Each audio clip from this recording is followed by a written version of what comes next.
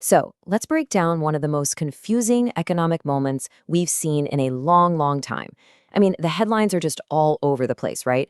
So we're here to try and put the pieces of this puzzle together, using the data that's really driving the entire story.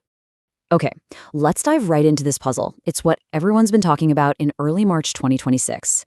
Because on the surface, the signals are pointing in completely opposite directions. It's time to make some sense of it.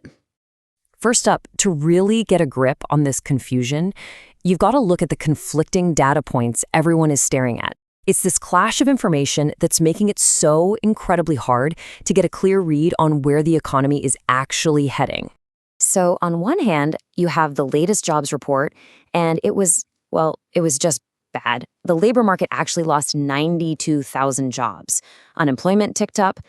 But then, on the other hand, people's paychecks are still growing, which is giving household budgets a much-needed lift. So how can both of these things be true at the exact same time? You know, it's not just that the numbers are confusing, the experts themselves can't seem to agree on anything, and that just creates this real fog of uncertainty for anyone trying to plan for the future. Doesn't matter if you're a business owner, an investor, or you're just trying to manage your family's budget. And you can see this disagreement crystal clear when you look at what people are predicting for interest rates. The Federal Reserve itself is hinting at maybe one tiny rate cut. Market traders, they're betting on two. And then you have a massive bank like JP Morgan coming in and saying, hold on guys, we think there will be 0 cuts this year. It's a total mess. And just when you thought things couldn't get any more complicated, a huge international crisis just blew up and completely changed the entire economic picture. So, in early March, that long-simmering conflict with Iran, well, it escalated. And it escalated dramatically, and the economic ripple effects were felt almost instantly.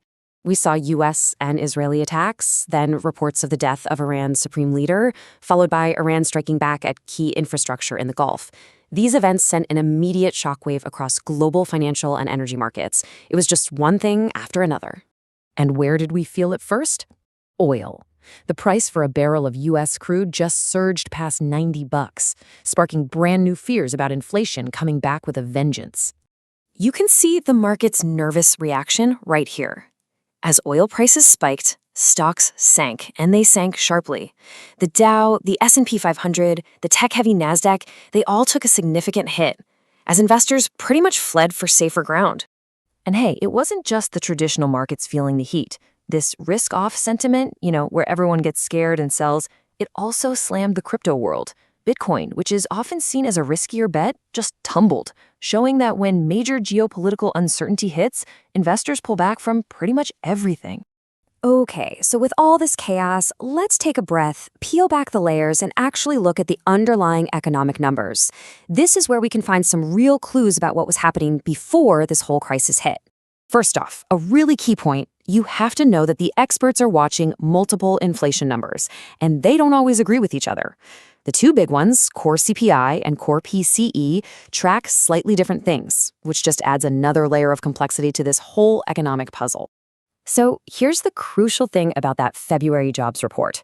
The weakness wasn't just a one-month blip. On top of the 92,000 jobs lost, fewer people were even looking for work, and the numbers for the previous 2 months got revised down.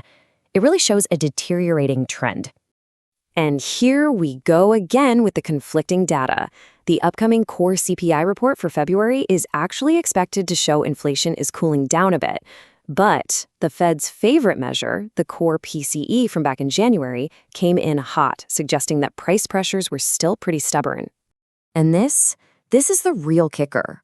All the numbers we just looked at, the jobs data, the inflation data, all of it was gathered before the attacks and before that oil price spike. That means the full economic impact hasn't even started to show up in the official data yet.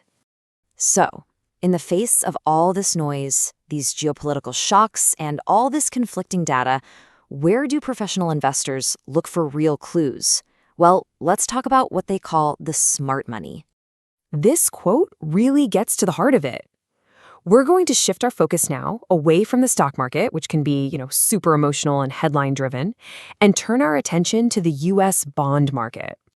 Think of it like this. It's the data-driven market. The players here are these massive institutions. We're talking central banks, pension funds. They make decisions based on deep economic analysis, not on what the news headlines are saying day to day. The core idea here is that in a crisis, money doesn't just, disappear. It moves. It flows from one type of asset, like stocks or crypto, to another, like bonds. And watching these massive flows can reveal what the biggest players really think is coming next. And that's really the key takeaway here. In an environment this confusing, the bond market might just be the clearest signal we have through all the noise. And that leaves us with the most important question of all. Where is that smart money heading now?